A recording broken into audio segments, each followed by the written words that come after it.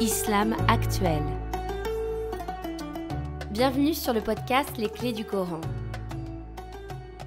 La Oumma des enfants d'Israël et la Oumma d'Abraham, deux voies différentes.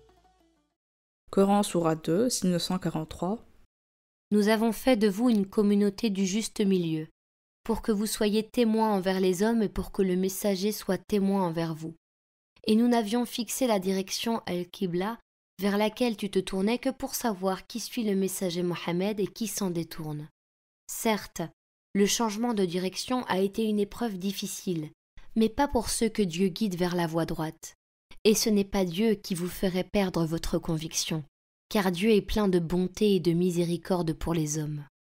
وَكَذَلِكَ جَعَلْنَاكُمْ أُمَّةً وَسَطًا لِتَكُونُوا شُهَدَاءَ عَلَى النَّاسِ وَيَكُونَ الرَّسُولُ عَلَيْكُمْ شَهِيدًا وَمَا جَعَلْنَا الْقِبْلَةَ الَّتِي كُنتَ عَلَيْهَا إِلَّا لِنَعْلَمَ مَن يَتَّبِعُ الرَّسُولَ مِمَّن يَنقَلِبُ عَلَى عَقِبَيْهِ وَإِن كَانَتْ لَكَبِيرَةً إِلَّا عَلَى الَّذِينَ هَدَى اللَّهُ وَمَا كَانَ اللَّهُ لِيُضِيعَ إِيمَانَكُمْ إِنَّ اللَّهَ بِالنَّاسِ لَرَءُوفٌ رَحِيمٌ.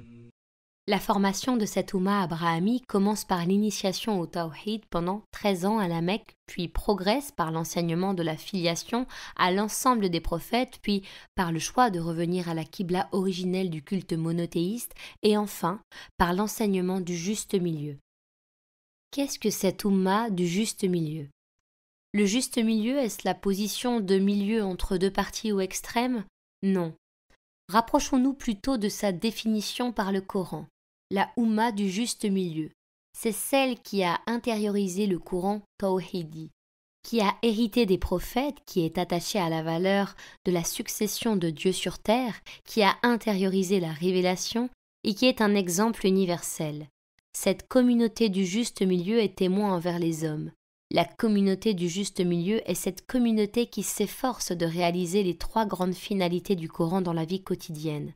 Premièrement, elle s'efforce de réaliser l'unicité, el-Tawhid, ou le fait de prendre Dieu comme norme décisive pour s'orienter dans tous les choix de la vie quotidienne. Deuxièmement, elle s'efforce de pratiquer el-Tazkiya, ou la purification des intentions, des valeurs et des idées personnelles et collectives. Troisièmement, elle s'efforce de réaliser el-Umran, c'est-à-dire de bâtir une civilisation ou encore de remplir l'espace et le temps avec les idées et les valeurs que Dieu nous invite à concrétiser. D'ailleurs, la civilisation, c'est précisément une façon de remplir l'espace et le temps, remplir le monde pour être en harmonie avec le cosmos, pour que le vrai, le bien et le juste règnent. Telle est la volonté de Dieu pour les hommes.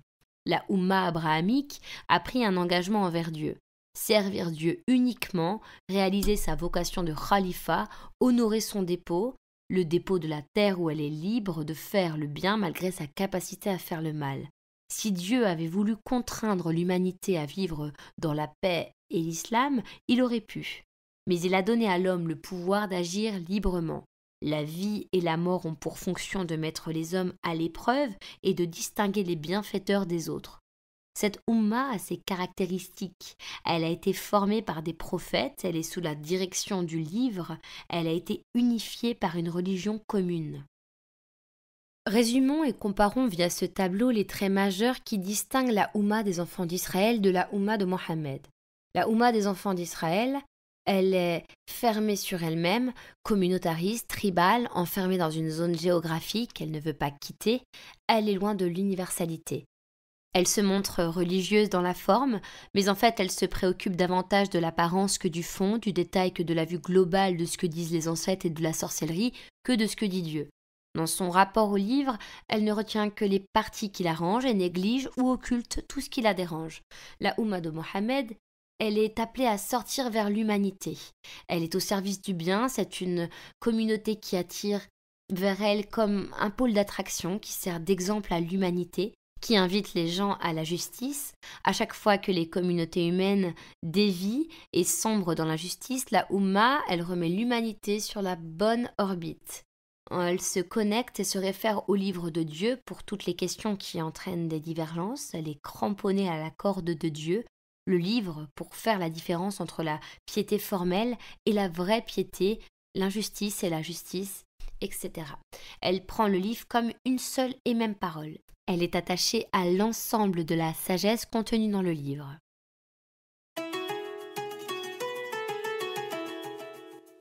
Tu aimes ce qu'on fait ? Like, partage, abonne-toi et soutiens-nous sur islamactuel.org/don. DON. On te propose des projets inédits pour faire parler le Coran sur les questions de la vie réelle, des questions qui te concernent. islamactuel.org/don. DON. Merci, on reprend l'épisode.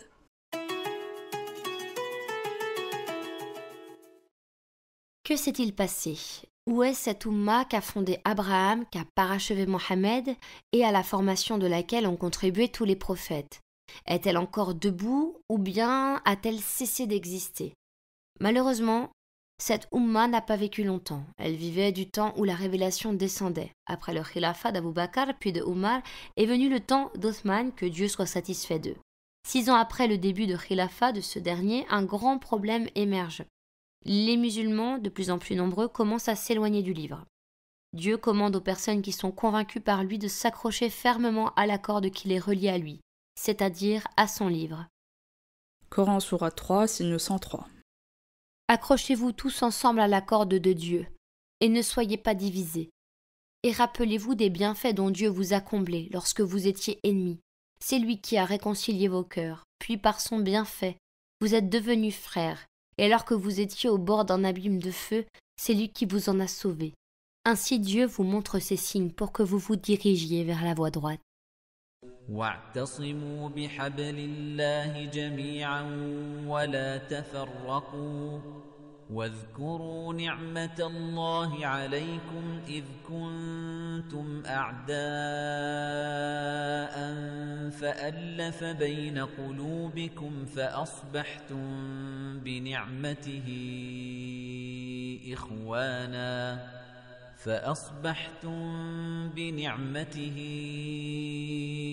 إخوانا وكنتم على شفا حفرة من النار فأنقذكم منها كذلك يبين الله لكم آياته لعلكم تهتدون.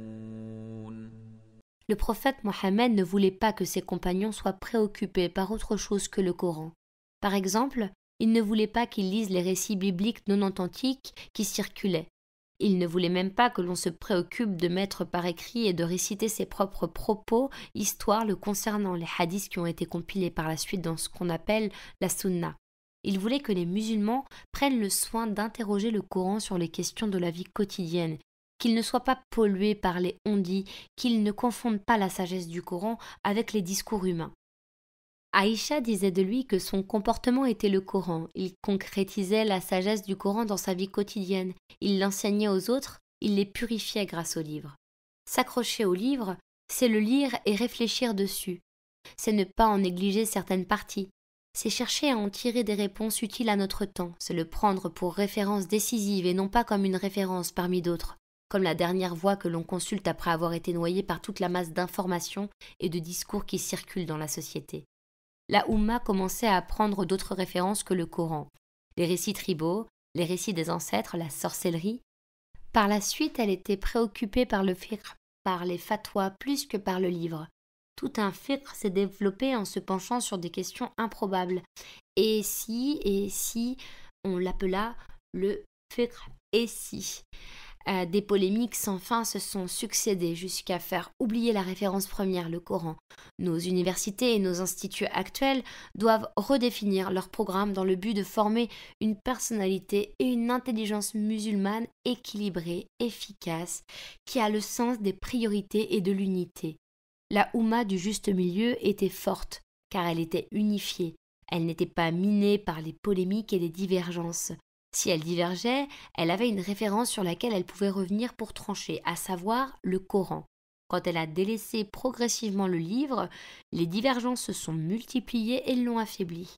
Des hadiths non authentiques ont commencé à circuler dans la Oumma. Par exemple, on raconte que le messager de Dieu aurait dit « Les gens du livre se sont divisés en 72 groupes et ma communauté se divisera en 73 groupes.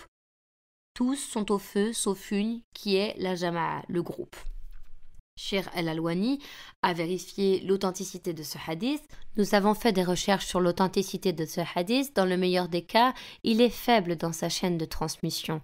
Autrement dit, il est improbable qu'il provienne du prophète Mohammed, sinon il est fabriqué de toutes pièces. Mais dans les deux cas, il n'est pas sahih, pas authentique, en ce sens que nous n'avons pas la preuve qu'il proviendrait du prophète Mohammed. Tous les courants de la Oumma se sont appropriés ce hadith pour l'utiliser contre les autres. Chaque courant prétend qu'il est bien guidé, contrairement aux autres qui sont condamnés à l'enfer. Si nous comptons aujourd'hui le nombre de tendances au sein des musulmans, nous en trouverions beaucoup plus que 73. Le Coran nous invite à être une Oumma unifiée, cramponnée au livre.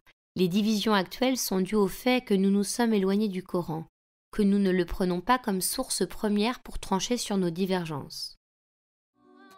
Merci de ta confiance. On reste en contact?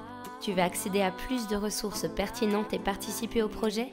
Rends-toi sur islamactuel.org et Facebook, Instagram, YouTube et les plateformes de podcast.